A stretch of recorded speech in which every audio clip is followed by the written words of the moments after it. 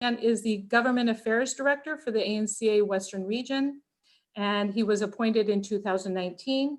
He is responsible for executing the legislative strategy of ANCA Western Region, building and cultivating working relationships with local and regional elected officials, as well as overseeing the ANCA-led initiatives such as High Votes and Census 2020.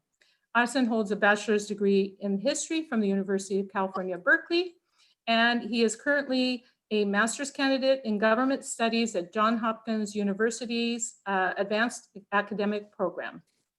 I'd like to mention that after the presentations, we will have a Q&A moderated by Roxanne Makastian, and we invite you to ask your questions via the webinar chat. Adam and Arsen, welcome. Thank you so much.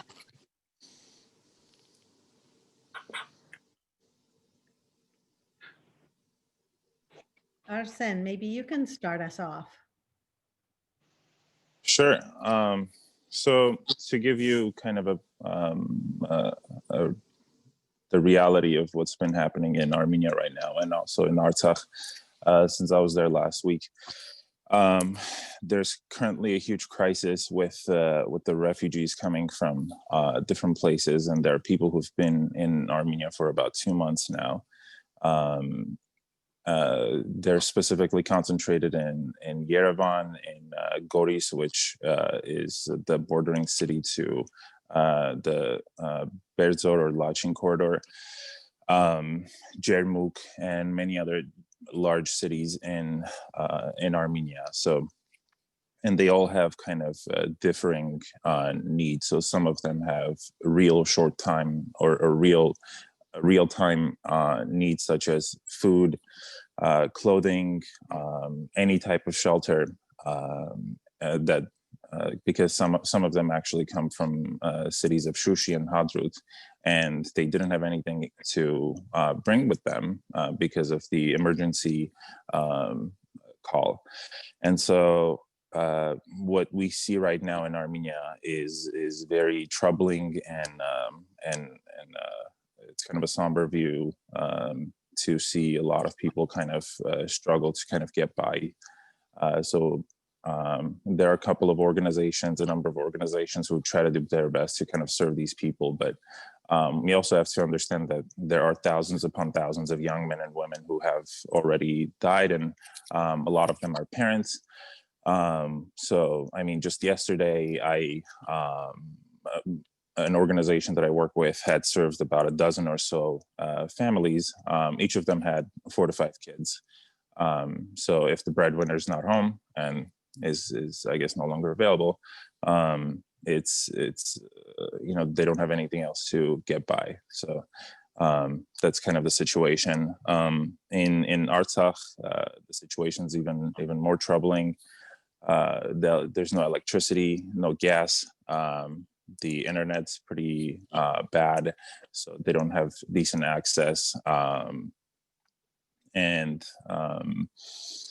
The government's trying to do its best to kind of serve the people, but and there are a lot of people that do try to go back. So for instance, yesterday there were 3 full buses of at least 50 or so people in each bus, 13 buses, sorry, at least 50 people in each bus going back.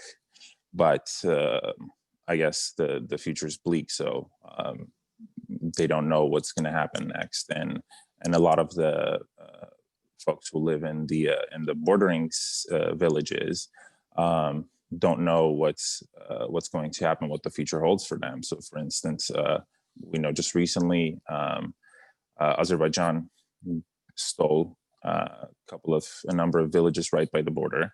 And about 2,000 people are now displaced. So a lot of people here, a lot of people in Artsakh live on a day-by-day basis. I mean, they don't know what the future holds for them, and that's very troubling.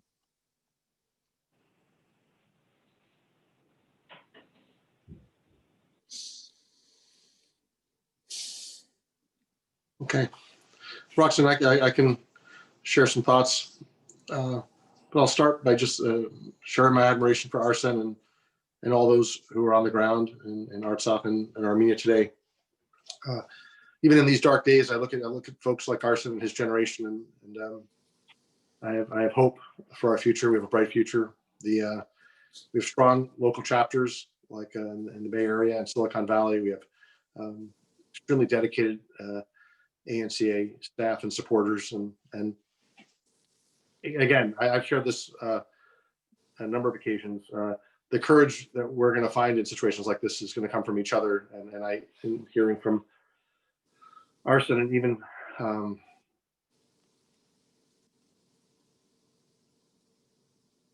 very inspiring. Thank you, Arsen. Let me touch on the Washington aspect of this, and it's very troublesome because Washington is sadly less relevant to the situation than it was even 10 days ago. The results of very, very aggressive Turkish Nazis attacks, but also the U.S. being missing in action. I think that our advocacy, which is essential at moments like this, even when it can't accomplish all that we'd like, it falls into basically three categories. One is assistance, the humanitarian crisis that's taking place and how the U.S. might address that.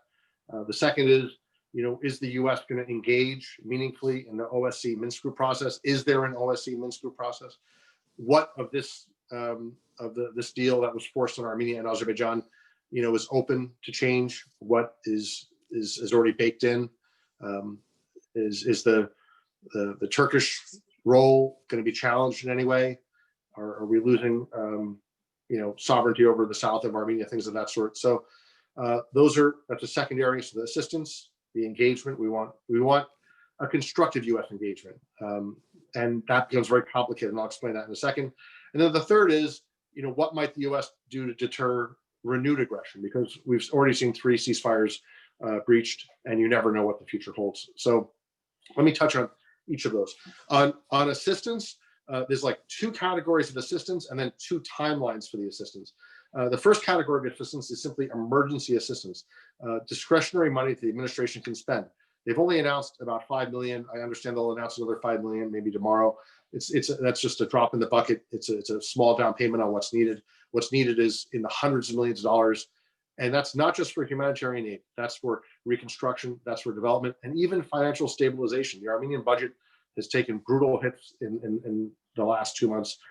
So that's the U.S., that's the international lending institutions, things of that nature. But that's an emergency assistance program. And then the second is an appropriated program.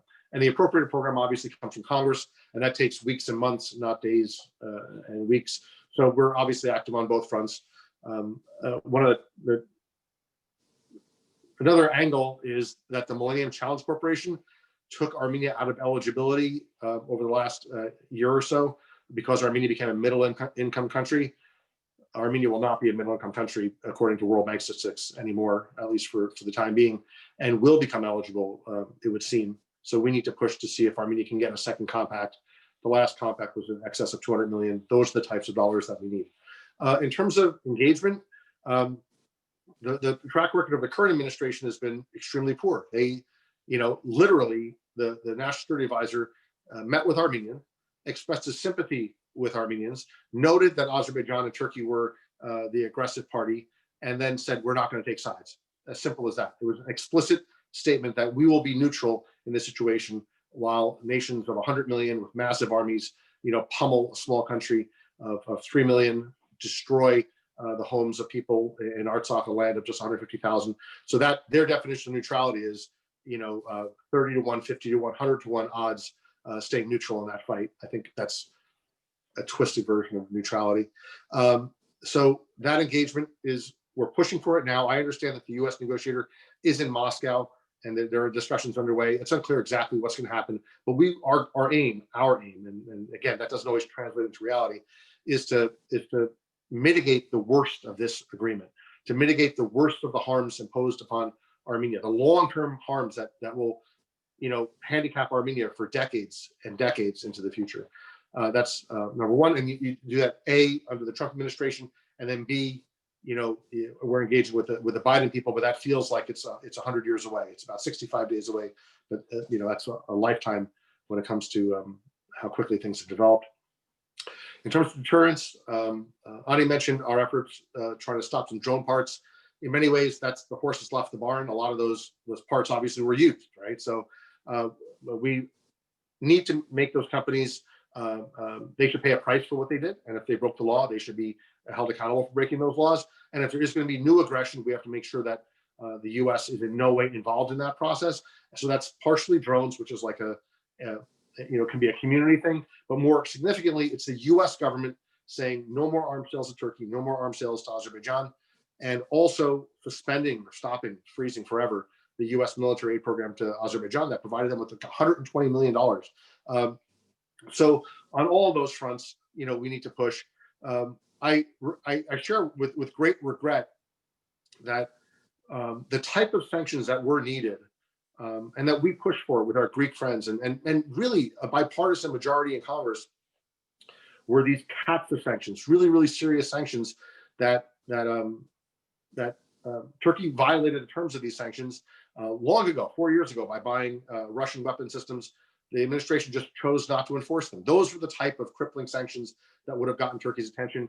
It became clear to us, as this war progressed, that if the United States wasn't willing to, be serious about, a NATO ally buying Russian weapon systems, they certainly were going to take a stand on behalf of the Armenians, and that's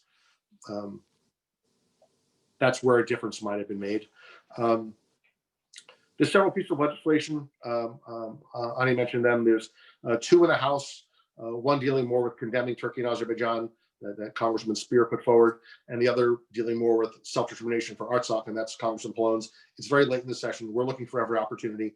It's hard to get things done in this lame duck session, but nonetheless, that's a priority for us. There are twin measures in the Senate that Senator Menendez put forward that would scrutinize sort of the abuses and aggression by Turkey and Azerbaijan with an eye toward cutting off military and security assistance to those countries.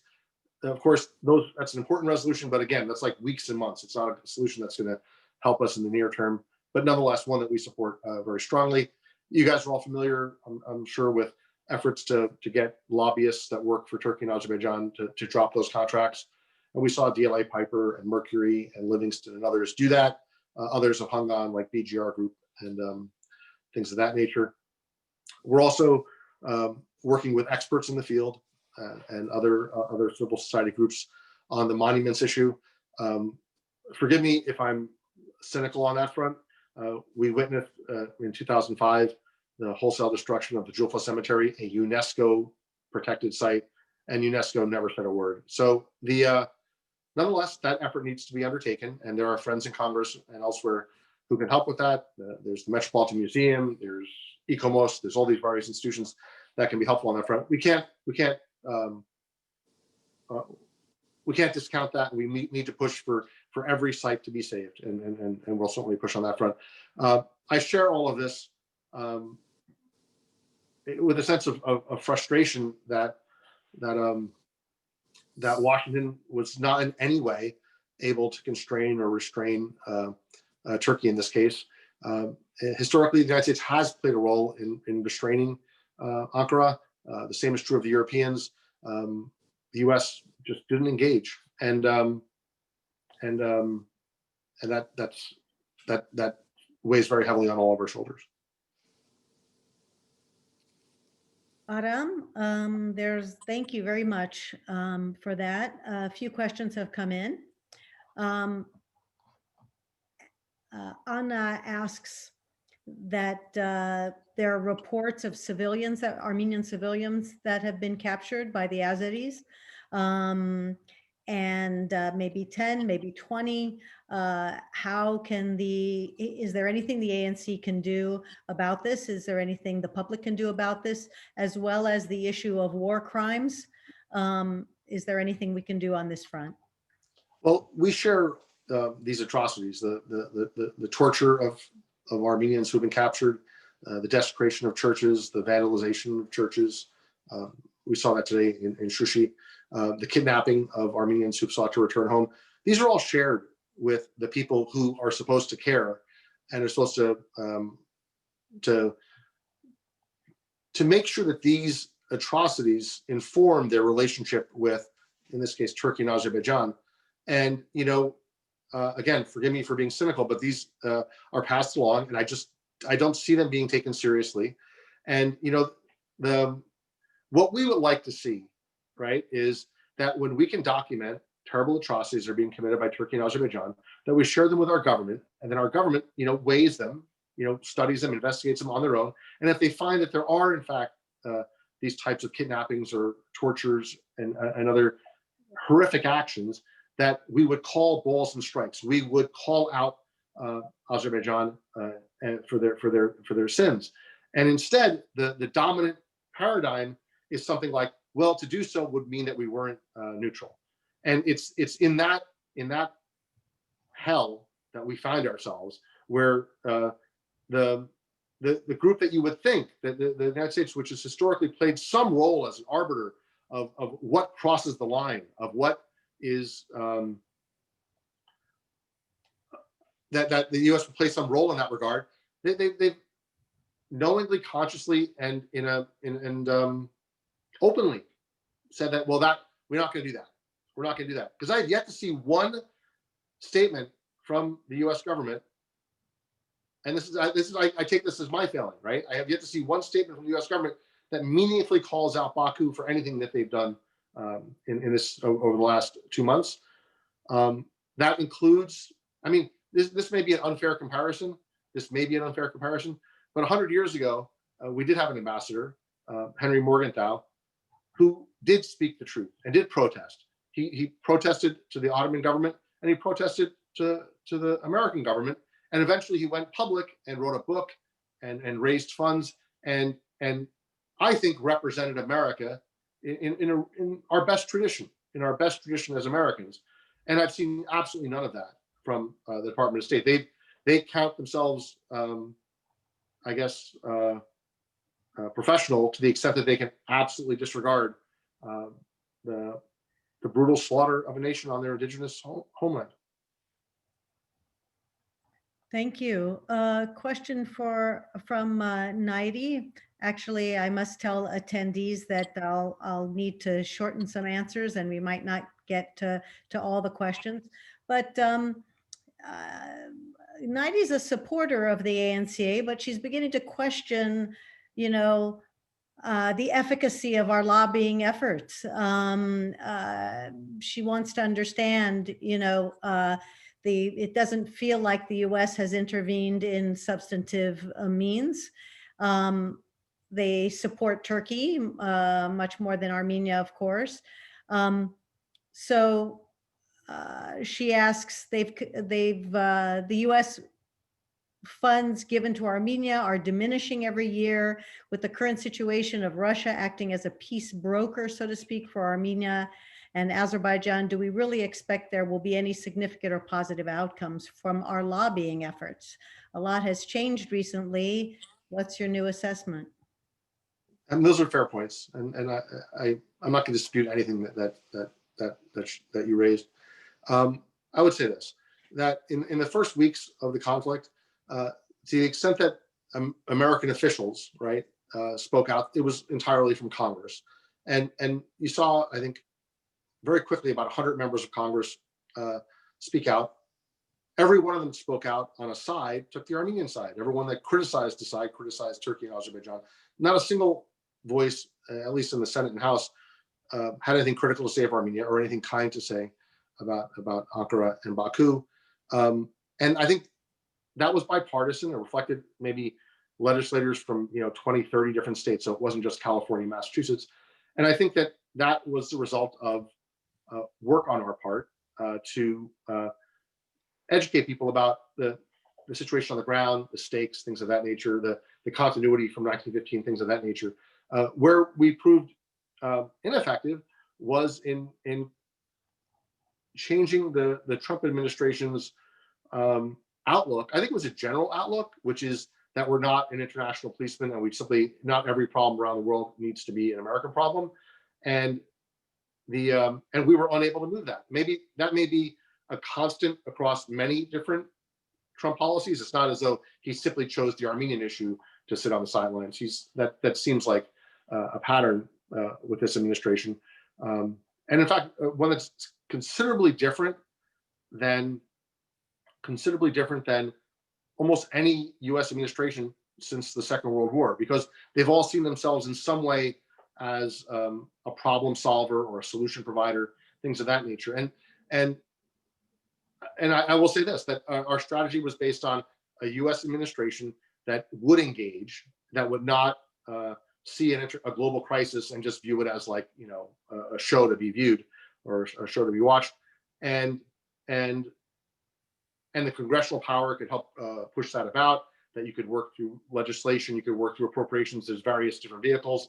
And it turns out that this administration never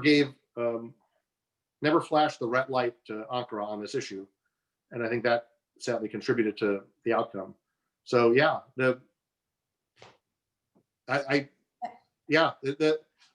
if there are folks who know how or who knew how to have gotten Trump to stop Turkey on this issue,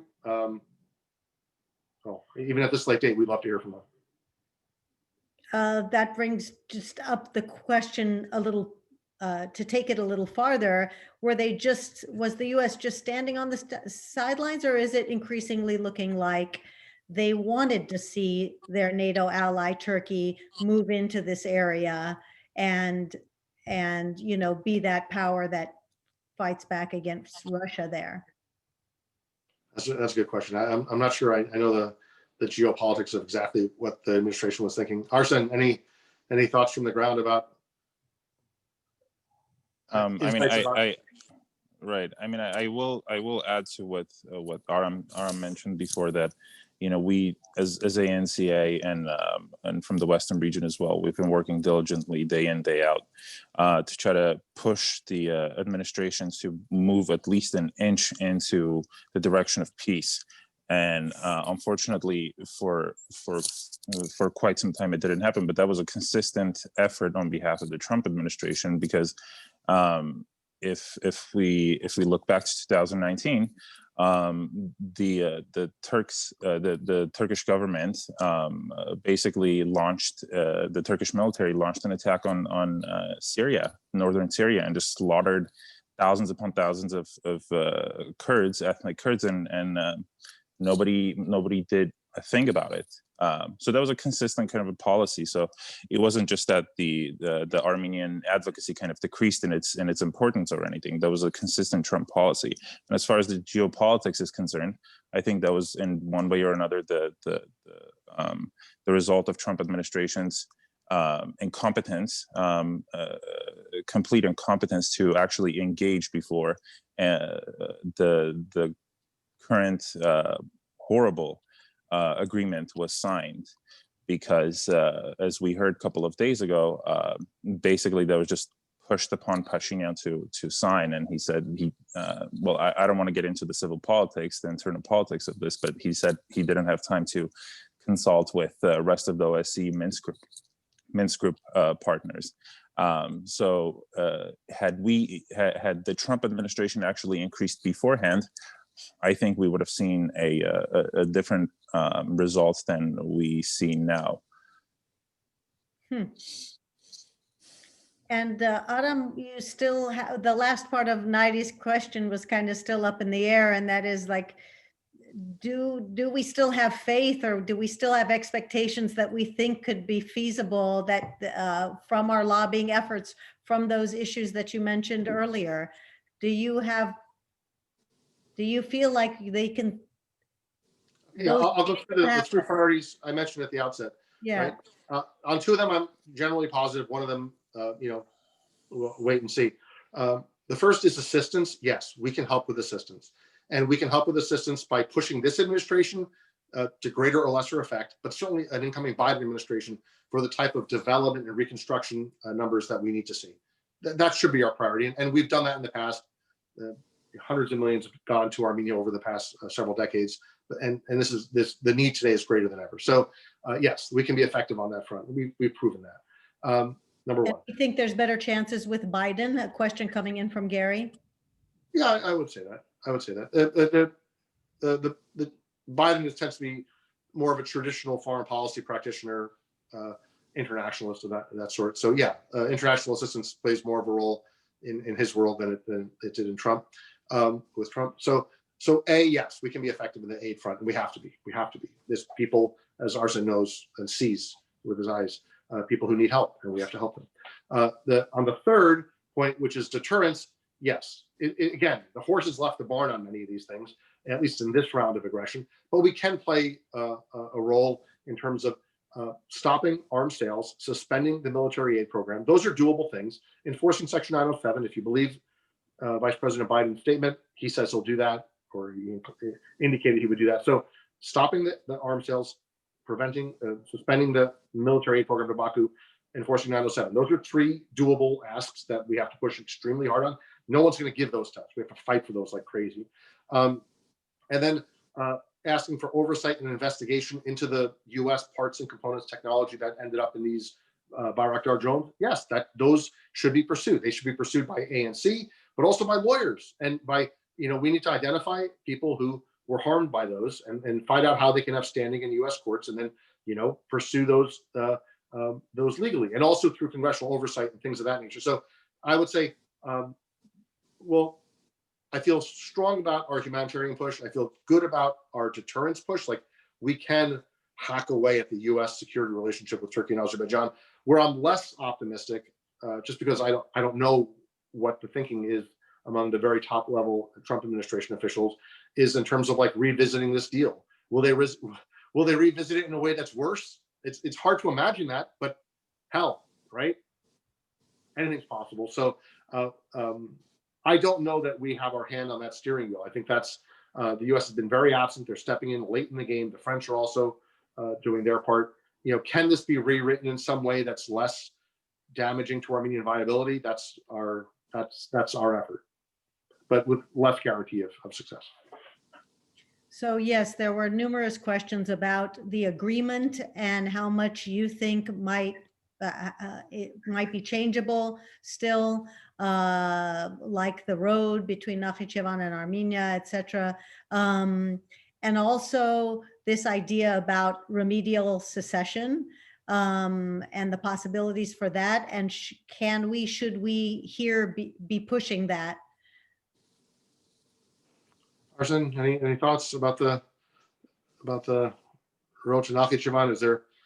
I can't imagine that's a very popular component of this deal in either Artsakh or Armenia. Yeah, definitely not. And I think a lot of this actually just depends on, at this point, at least at this stage, is how what Russia decides. And we've seen that for the past week or so. Whether it's about the road and how that's going to play out. The Armenian government says that it's not going to cut off our the border with Iran. The Azeri government is saying something different and conflicting at times.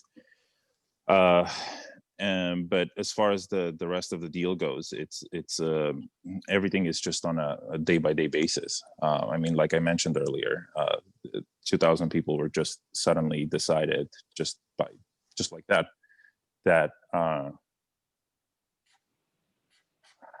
they're no longer going to be living in a place that they lived for 2,000 years. So. Forgive me if you answered specifically, Adam or Arsen, about these civilians that have been captured. There are numerous questions coming in on chat about that, and what can be done to help speed their release. I mean, sharing it with our government is our first response to that, but we do so without great faith that much will be done about it. We press, we push. I know the embassy here is pressing and pushing as well. I'm not very confident the U.S. government is going to expend a lot of capital on this. I guess the best indication of how much capital they'll expend on this is how much capital they expended over the last 50 days on any number of atrocities. And again, I'll go back to the National Security Advisor, Robert O'Brien, who said in front of a group of Armenians that for us to take side would be to abandon our neutrality. And, you know, the fiction there, and it's easy to get bitter about these things. The fiction there is that the neutrality is being preserved toward what end? Like, what did you do with your neutrality? What you sat on the sidelines and you maintained your purity. And what do you got to show for it? Right. It was a talking point they threw out right before an election in some kind of like cynical gesture, so they don't appear, you know, quite so heartless to the Armenian electorate, perhaps in Michigan or Wisconsin, Pennsylvania. When neutrality, it seems to me that when neutrality behooves the aggressor, it's no longer neutrality. Yeah, if you see 50 people beating up one person in the middle of the street and you decide to walk by in the name of neutrality, well, that's simply not neutrality. Right. Ada asks if you can share with us how well organized and influential the Turkish and Azeri lobbying organizations are. Do you have an ear to that? Can you tell, and how? I think that their influence in DC is geopolitical, and like, for example, I'll use the metric of members of Congress. Like, no legislators, not even the heads of the Turkish or Azeri caucuses, defended Turkey or Azerbaijan during this period. So what they did was just play geopolitical cards, you know, at high levels, and talking to Europe about energy supply, talking to the US about Iran and Israel. And I think those are the cards they played. And I don't think they played lobbying cards. I mean, they did probably have some, you know, bot farms and things of that nature just to, you know, torture Armenians, because that's apparently very popular in Ankara and Baku. And like when they saw DLA and others drop their contracts, I don't think their influence, I didn't see any shift in US policy. So if you were to test that proposition by saying, well, they had these lobbyists on the payroll, and then they didn't have the lobbyists on the payroll, was there a delta between those two periods? I think they played geopolitical cards, and we played in the U.S. context citizen cards, right? And as it turns out, our foreign policy establishment is sometimes more responsive to foreign interests than even American citizens. Mm-hmm. Arsen, can you tell us what, you know, you were talking about all these, all the refugees with nothing, and that the government is trying to do what it can, but it's not able to help all of them in every way. How do you see, are you able to see exactly what the government is doing? Is the food and clothing and other needs getting to these people? You know, as usual in these kind of humanitarian crises, we hear about warehouses full of humanitarian aid that aren't being delivered to people. Do you have a sense, being on the ground, of whether or not that's being carried out? Yeah, so to a certain extent, some of the shipment that was shipped out from the U.S. has been held for the time being, for unknown reasons, at least to me. There are a lot of things that have been shipped out over the last couple of weeks, actually, so we'll see when that gets released, and there have been calls and appeals to, you know, kind of fast track that process. In terms of the Armenia funds money allocation, that hasn't been determined, as we've seen a couple of days ago. Actually, the Deputy Prime Minister answered a question at the National Assembly that you know, part of the money has been donated to the government, and the other part is still being determined. Well, the problem with still being determined is that there are people who are I wouldn't say that, you know, you walk around the streets and you see people literally like sleeping on the streets, but it's almost something close to that. So, for instance, the government had promised that they would take care of the food issue. One of the organizations that I work with serves about 2,000 people every single day, and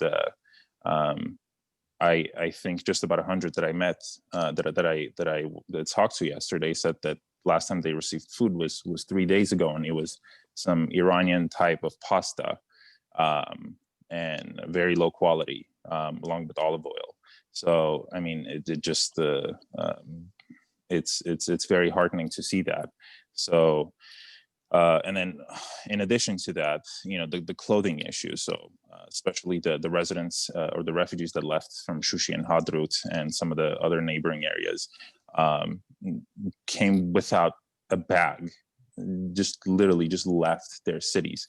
And right now what we're trying to do, and I'm working with a number of organizations on this, is to try to get either used or new clothing to help them in whatever capacity that we can.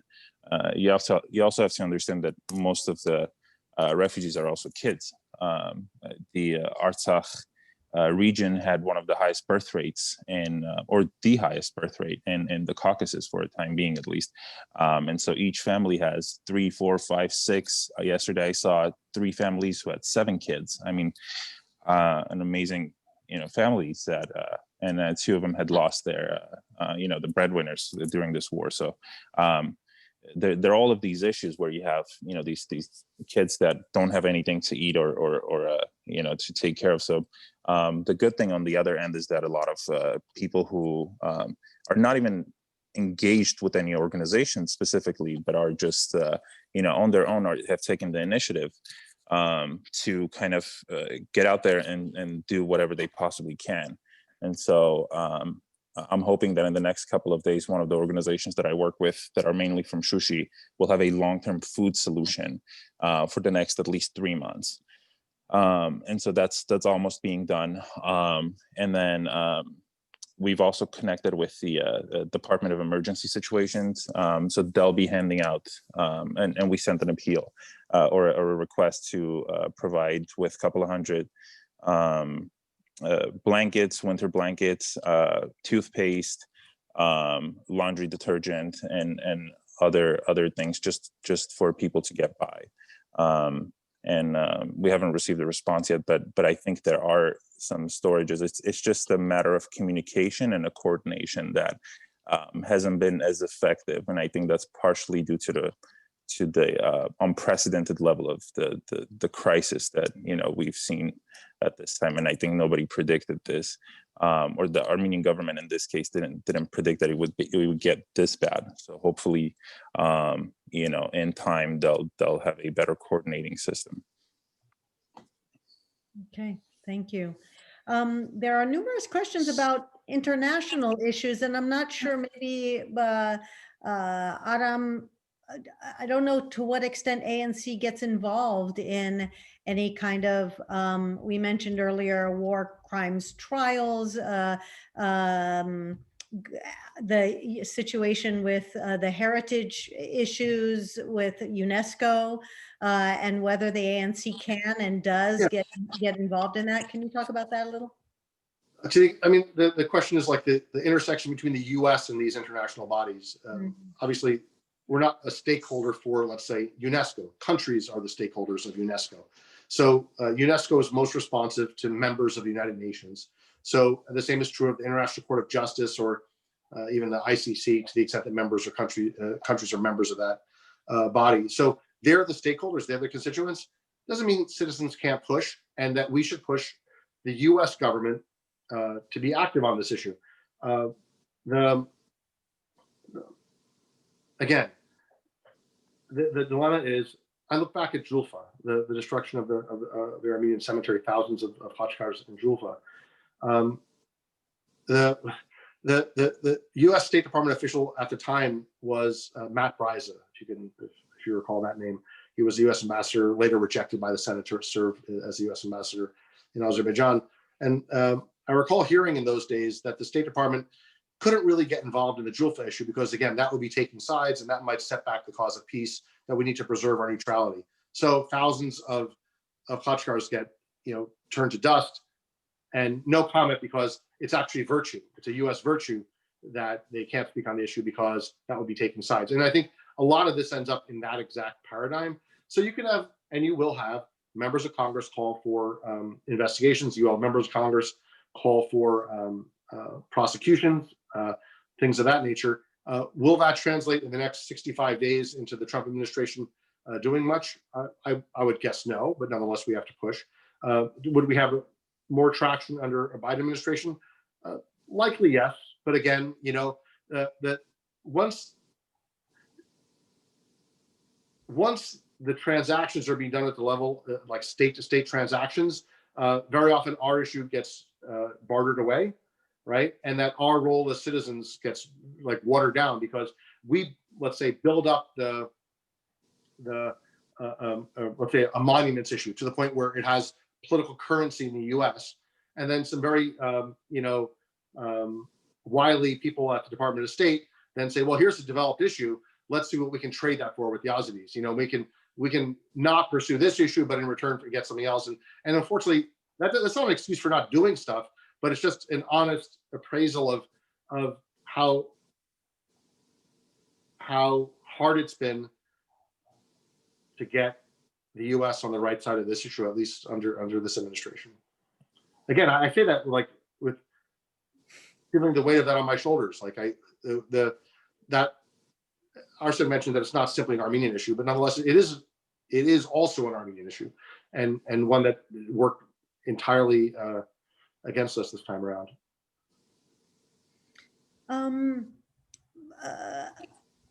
Somebody, Daniel is asking if we could take a step back and talk about the whole ceasefire agreement and what it means. Does ANC have a particular perspective on the agreement itself and how it came about and how we view it?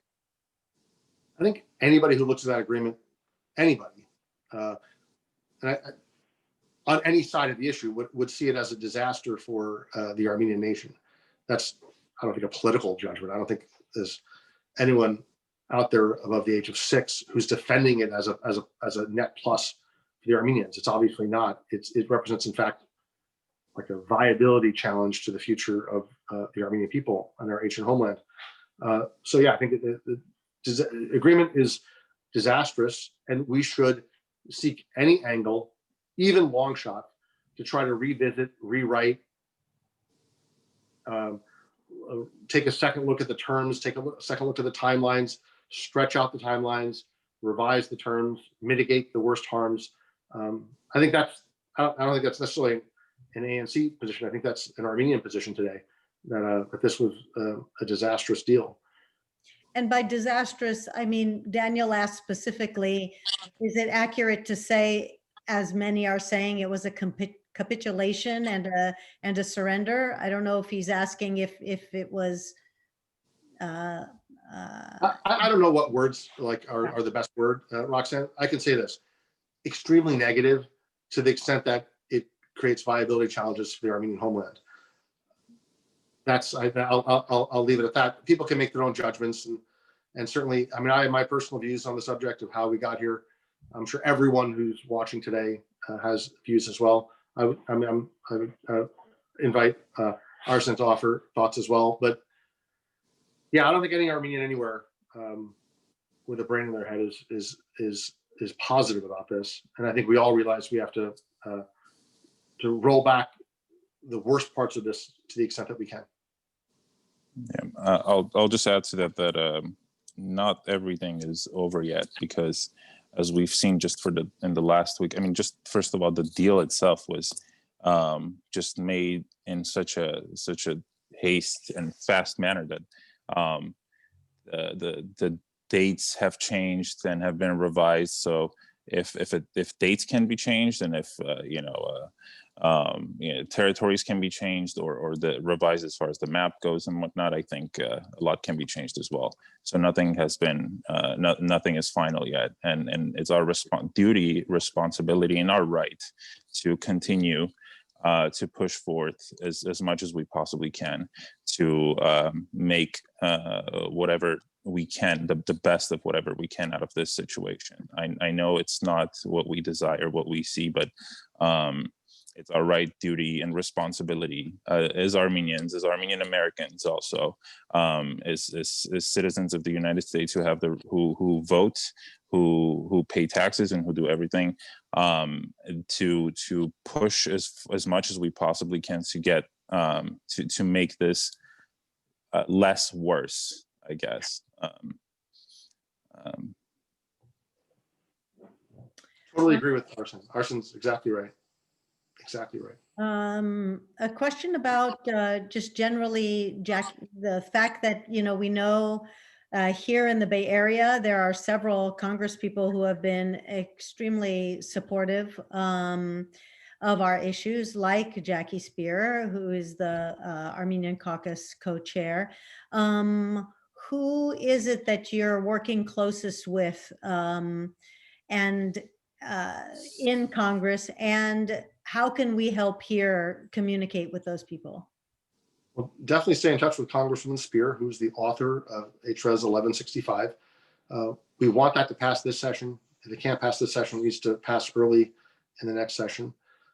She's on top of this, and so working with her and her staff is vital.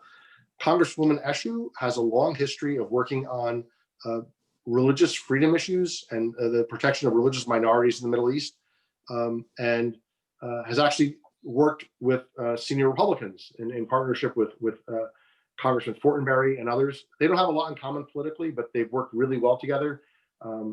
Congressman Fortenberry represents a lot of Yezdis in his district in Nebraska. Congresswoman Eshoo is, of course, of Armenian and Assyrian heritage, and they've made a great partnership. So I think supporting that partnership, I think, would also be important. But I would turn to Arsen. He's our Californian on the team. Well, I think it's very important as far as in California delegation to work with both Democrats and Republicans, whether it's Devin Nunes. Well, that kind of goes to the Central Valley, but still, just Zoe Lofgren, Jackie Spear, Nancy Pelosi, whoever it is. I mean, first and foremost, we have to understand that this is not a partisan issue. If anybody here has a R or a D next to their names, forget that for a second. We have a homeland to protect, and we have to work with anybody that we possibly can. If you represent the R or the D next to your name, you have to first and foremost criticize your own party or push your party, not criticize, but push your own party to do as much as they possibly can to be on the right side of the history and have your own party be push for that as far as the condemnation sanctions, the $250 million that ANCA is advocating to be allocated to Armenia. All of this. So it doesn't matter who it is in California delegation that your representative is, just push them as much as you possibly can to get on the right side of the history. We've previously worked with so many that I can possibly think of. There are I believe 53 representatives just in California. We've worked with most of them, and we as ANCA, and we will continue to work with most of them, and we'll push, and at the same time push all of them to do as much as they possibly can to be on the right side of history and advocate for Armenian issues, Armenian rights. Can you talk about the kind of political strategy or thinking and reasoning behind pushing for recognition for Artsakh in our states, in the federal government, by the new Biden administration? Is it any more hopeful than it was before, or is it any more necessary or useful now than it was before? Can you give a little sense of the politics around independence for Artsakh? I think recognition of Artsakh should remain like a very, very high priority, more urgent now than ever. The arguments for recognition, the arguments for independence or separate status for Artsakh, not part of Azerbaijan, let's say, historically have fallen into two categories. One is the historical, right, which is the thousands of years of presence, the continuity of population, all that historical. That's a historical claim. Then there's the legal claim that the way the Soviet Constitution was written, the way Artsakh seceded according to that Constitution, the way it had it's seceded the same way Azerbaijan seceded, and that Artsakh was never part of an independent Azerbaijan. So there's also that legal argumentation, and that has been articulated, I think, very clearly over the years. The third, and I think the one that matters the most, is the survival base, which is that given the holy hell that's been visited upon the people of Artsakh, they can never, if there's one Armenian who can be kept out of the hands of Azerbaijan so that they won't be tortured and mutilated on video, then they should be. And this is, I had a conversation with some university students, some law students who played the legal card, who argued the legal claim that Azerbaijan has, it's legally part of Azerbaijan and all that. And I said, the way I explained it is this. Okay, you have a foster parent, let's say, and they have custody of children. And maybe they believe that they have some biological or historical claim to those children and that family. Maybe they can make that claim. And then second, maybe they have a piece of paper that says that the court assigned those children to them, so God damn it, those are their kids. How much of a beating do those children have to take? How many bones do they have to break? How many of those children do they have to kill before the legal argument doesn't matter and the historical argument doesn't matter, whatever side you want to argue it, and you just get those children the hell out of that family? That's the situation we're in today, where we have this so-called custodian in Latin, they say in loco parentis, acting as the parent who's in fact the killer, right? And so I think if there was a strong argument made on the historical ground, I think that is certainly valid, and there's equally valid claim to be made legally that Artsakh has every right to be independent and has never been part of Azerbaijan. But the one that matters the most today is if they're part of Azerbaijan, they will kill them. They will kill them. Not in theory, not a prediction, not we think this might happen. No, it is happening today. That there are people being kidnapped today. There are people being, I'm sure, killed today. That their houses were bombed, their hospitals were bombed, their schools were bombed. This is their destiny under Azerbaijan, and God willing, the French and others will do the right thing.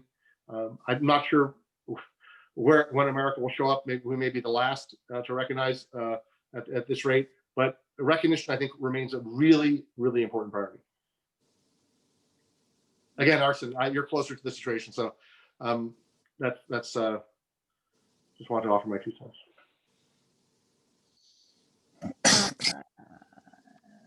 I'm scanning through questions that have already been answered.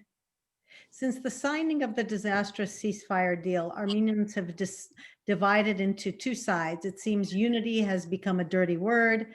What would you say to those, especially in the diaspora, who are shouting at one another about who was right and who was wrong, to unite all behind not any one individual, but behind the Armenian cause? Do you think a show of leadership in the diaspora would help quell internal tensions and get our people to focus their energy on affecting positive efforts? I'm glad to talk about that. Please.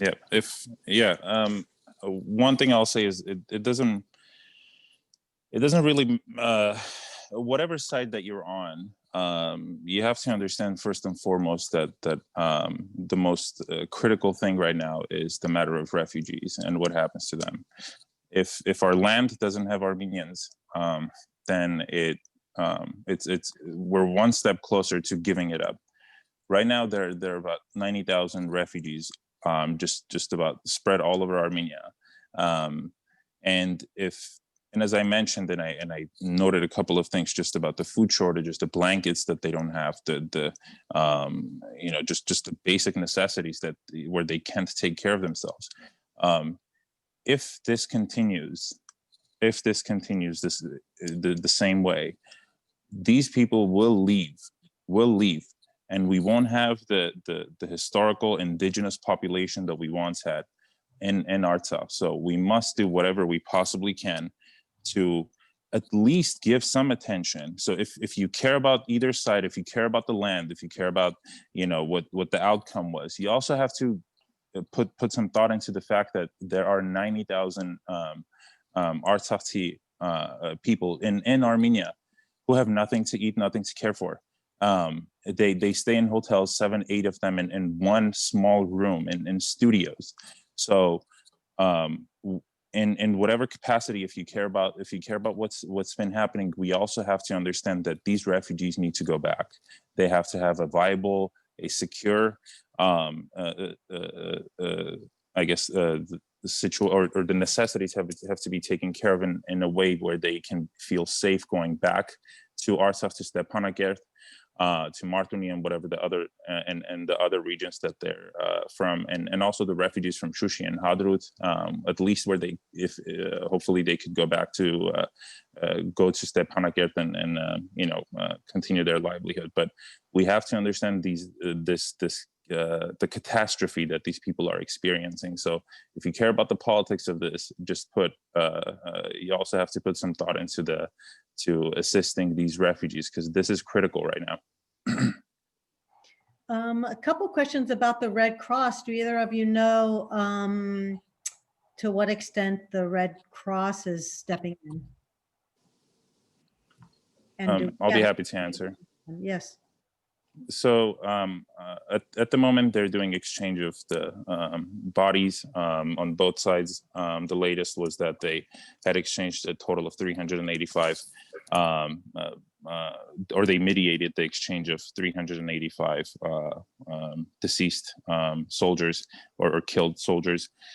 There has been I think $5 million allocated to them by the U.S., from what I recall, to continue with their efforts and assist them with either retrieving bodies or mediating on some basic kind of logistics. So if you go to the borders, like, if you pass by Shushi, for example, the Red Cross, the Armenian side of the military, and also the Azeri military, they kind of coordinate. So they play kind of a coordinating role in a lot of the in a lot of these mediations, just on a basic ground level kind of work that's happening and has to be somehow coordinated between the Armenians and Azeri dictatorial government. So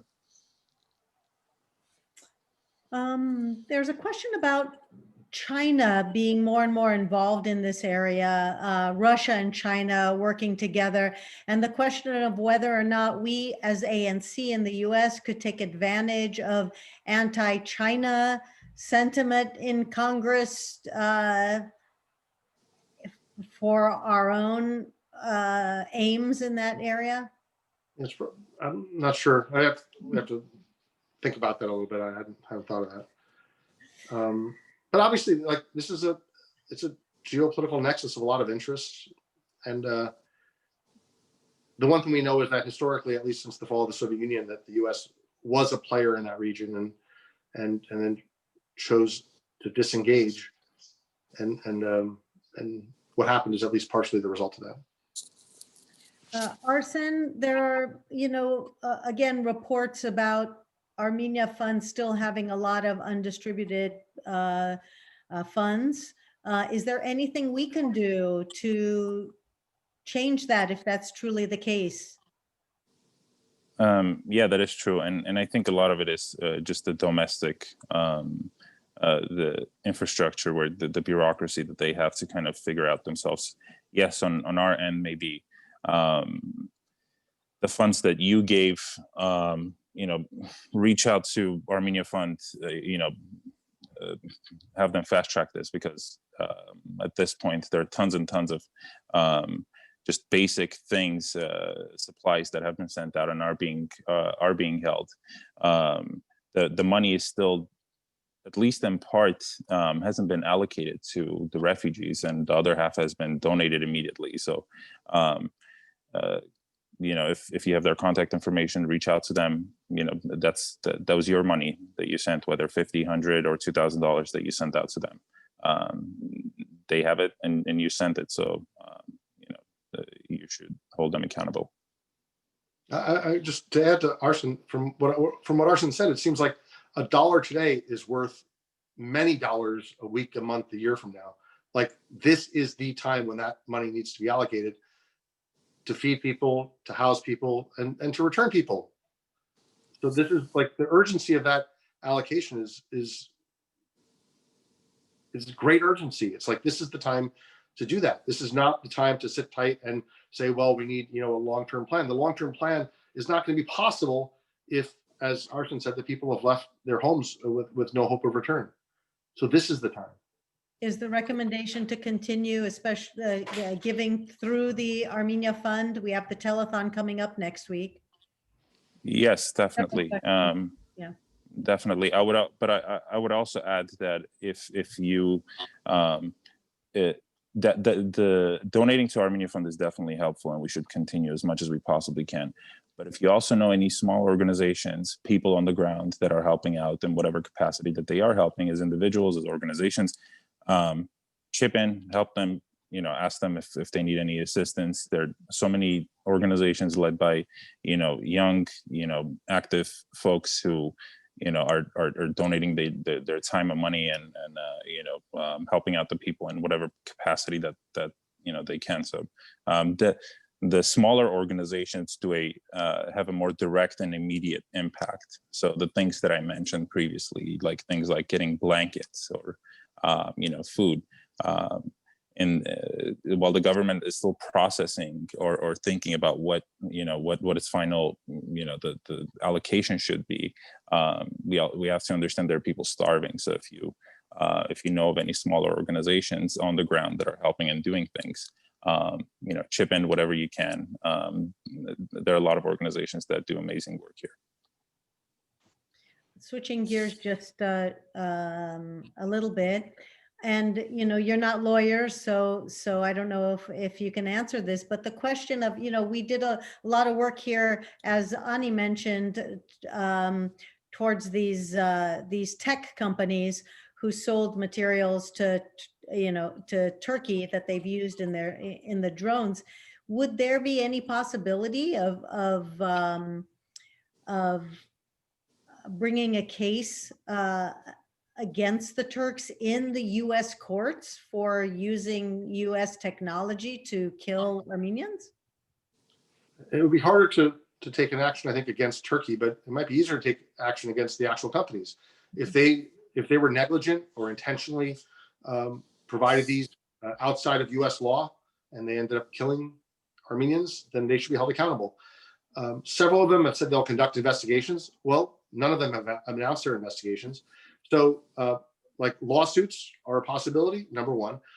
Number two, if they've broken the law, the US government should prosecute them.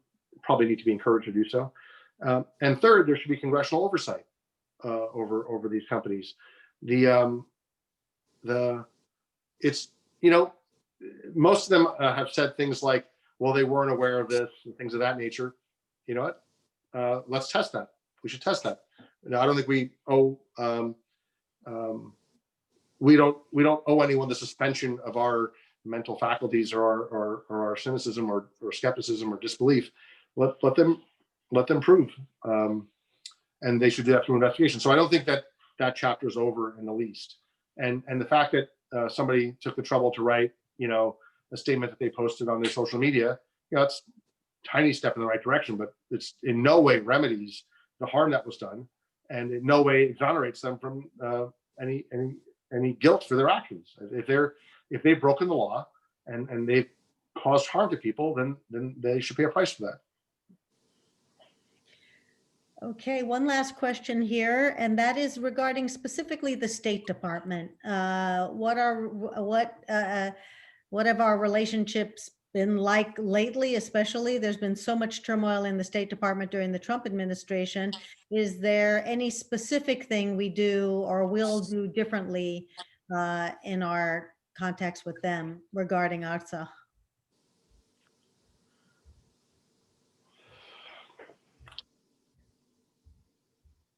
I don't think that they've responded especially well to the pressure from the Armenian American community and also from our congressional friends. And I think that, their instinct perhaps was to get defensive and to, dismiss sort of public concerns or even congressional concerns, and perhaps to feel as though that they're insulated from that public discourse. And they're not. They're public servants like everybody else. They have no special entitlement. They're not immune to criticism. Certainly, their record is, I think, a terrible one in this case, and they should answer for it. But instead, they just kind of circle the wagons and point fingers and do some victim blaming and all the rest. And I mean, they extremely low scores on this front, and part of that is from the top, from the president's indifference, and part of that is just the groupthink that has taken over that building, and this fake sense of neutrality, the whole range of like pathologies that are at play. But these are our diplomats, and we're going to continue to press forward with them. I think we're not going to take it easy on anybody. No one deserves a free pass here, and if that is tough for folks to swallow, then too bad. Well, I'd like to close, but first I'd like to give you both a chance to say some closing thoughts. I sense a little bit in the questions and also in conversations with my fellow Bay Area Armenian Americans that I think we all feel ready to do more and give more, but we're feeling maybe more helpless than even before right now, and just kind of wondering whether all these efforts that we have been doing, especially with all the lobbying going on, whether they're having an effect, and should we keep going? What should we be doing? Maybe you can both speak to that. I can take a first crack and say this, that if we were to retreat from, let's say, the public policy field, it's not as though like our departure would somehow be met with, let's say, an Azadi Turkish departure from that field. If there's a equilibrium that's been reached, or like their front lines, this trench warfare, if we just disappear, it just gives the other guy free reign. So, and that's a luxury. It is easy to throw up your hands, and God knows, I think we've all felt that. Like, these have been some dark days, and none of us have been super happy or happy at all with where things are. There's certainly a lot of things that that are brutal and bitter for all of us. But retreating from that field isn't the solution. It isn't the solution at all. Let me just reserve my final words for Arsen and say, I'm a bit older than Arsen, and I guess I'm entitled to say how very proud I am of Arsen and the generation he represents. And they have had just really, really just remarkable strength and courage, and they're smart as can be, hardworking as can be, and as devoted as can be. And our nation is in good hands. So I just offer my respect to Arsen and all that he represents in his generation, and many thanks, of course, to our ANC team in the Bay Area and Silicon Valley. Thank you. Arsen? Well, Aram is always too kind, and I've definitely learned a passion from a lot of the experience that I've had is experiences I've definitely learned from Aram and many other activists, Armenian American activists in the U.S. who have been fighting for decades now. Aram has been fighting just as long as I've been alive, so, and just in ANCA. So imagine. As far as the work goes, I mean, you mentioned that a lot of people feel helpless. I understand that, and I felt that as well. But this is not the time to feel helpless.